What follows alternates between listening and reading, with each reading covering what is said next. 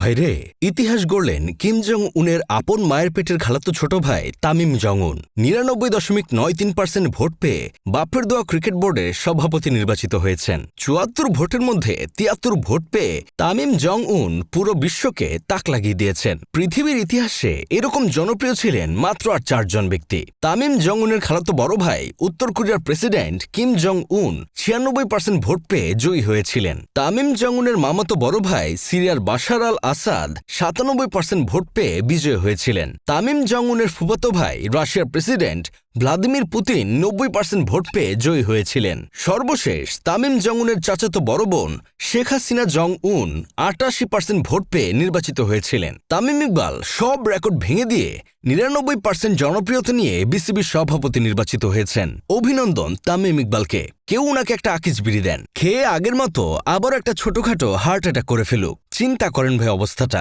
একটা মানুষ ঠিক কতটা জনপ্রিয় হলে ৭৪ ভোটের মধ্যে ৭৩টা ভোট পায়, আর একটা ভোট যে দেয়নি সে মনে হয় ভুলে গেছে পৃথিবীটা যে গোল। কার বুকের কলিজা এত বড় যে তামিম জং উনকে ভোট দেয়নি? এটা নিয়ে রীতিমতো গবেষণা করছে নাসার একদল বিজ্ঞানী। ফাপরবাজ টিভির সিনিয়র সাংঘাতিক আবুল বিন কাশিমের তথ্যমতে একটা ভয়ঙ্কর সত্য সামনে এসেছে। তারা দাবি করছে যে একজন তামিমকে ভোট দেয়নি সে আর কেউ নয়, স্বয়ং তামিম জং উন নিজেই নিজেকে ভোট দেয়নি। তামিম জং উনের নির্বাচনী ফলাফল দেখে তারই চাচাতো বড় বোন শেখ হাসিনা জং উন দিল্লি থেকে টেলিফোনে বলেন, আমি তো পুকুর চুরি করতাম, আর আমার চাচাতো ভাই তো পুরো বঙ্গোপসাগর চুরি করে ফেলেছে। সামান্য পুকুর চুরির অপরাধে বাংলা জনগণ আমার কাঁঠাল বরাবর উষ্ঠা মেরে আমাকে দেশ থেকে বের করে দিয়েছে। আর তামিম যে পুরো বঙ্গোপসাগর চুরি করলো সেই অপরাধে কি বাংলা ক্রিকেট প্রেমীরা তাকে উষ্ঠা দেবে না? চিন্তা করবেন না আপা, তামিম আজ নয়তো কাল ঠিকই জায়গা বরাবর একটা উষ্ঠা খাবে।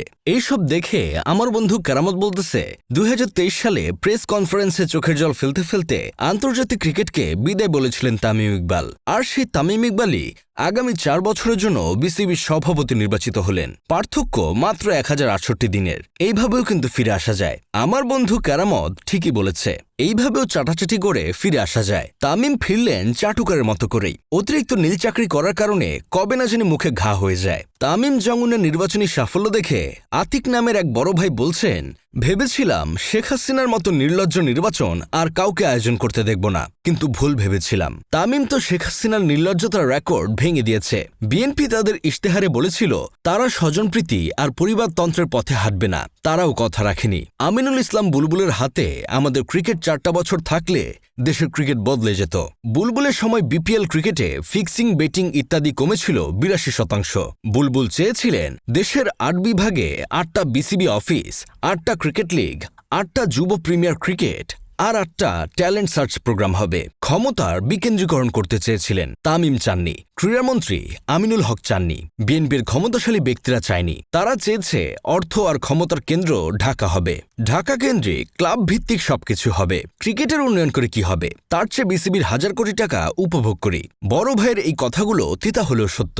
যাই হোক, শেষমেশ আমি গোলাম হোসেন একটা কাজের কথা কই। ২ দিনের দুনিয়ায় ৩ দিনই দেখি মানুষ খান সাহেবকে সাবান বাদে ধুতে থাকে, কিন্তু খান সাহেব এসব পাত্তা দেন না। উনি দিনের পর দিন চাটেন আর উপরে উঠতে থাকেন। মনে রাখবে বাচ্চারা, সফলতার অপর নাম চাটাচাটি।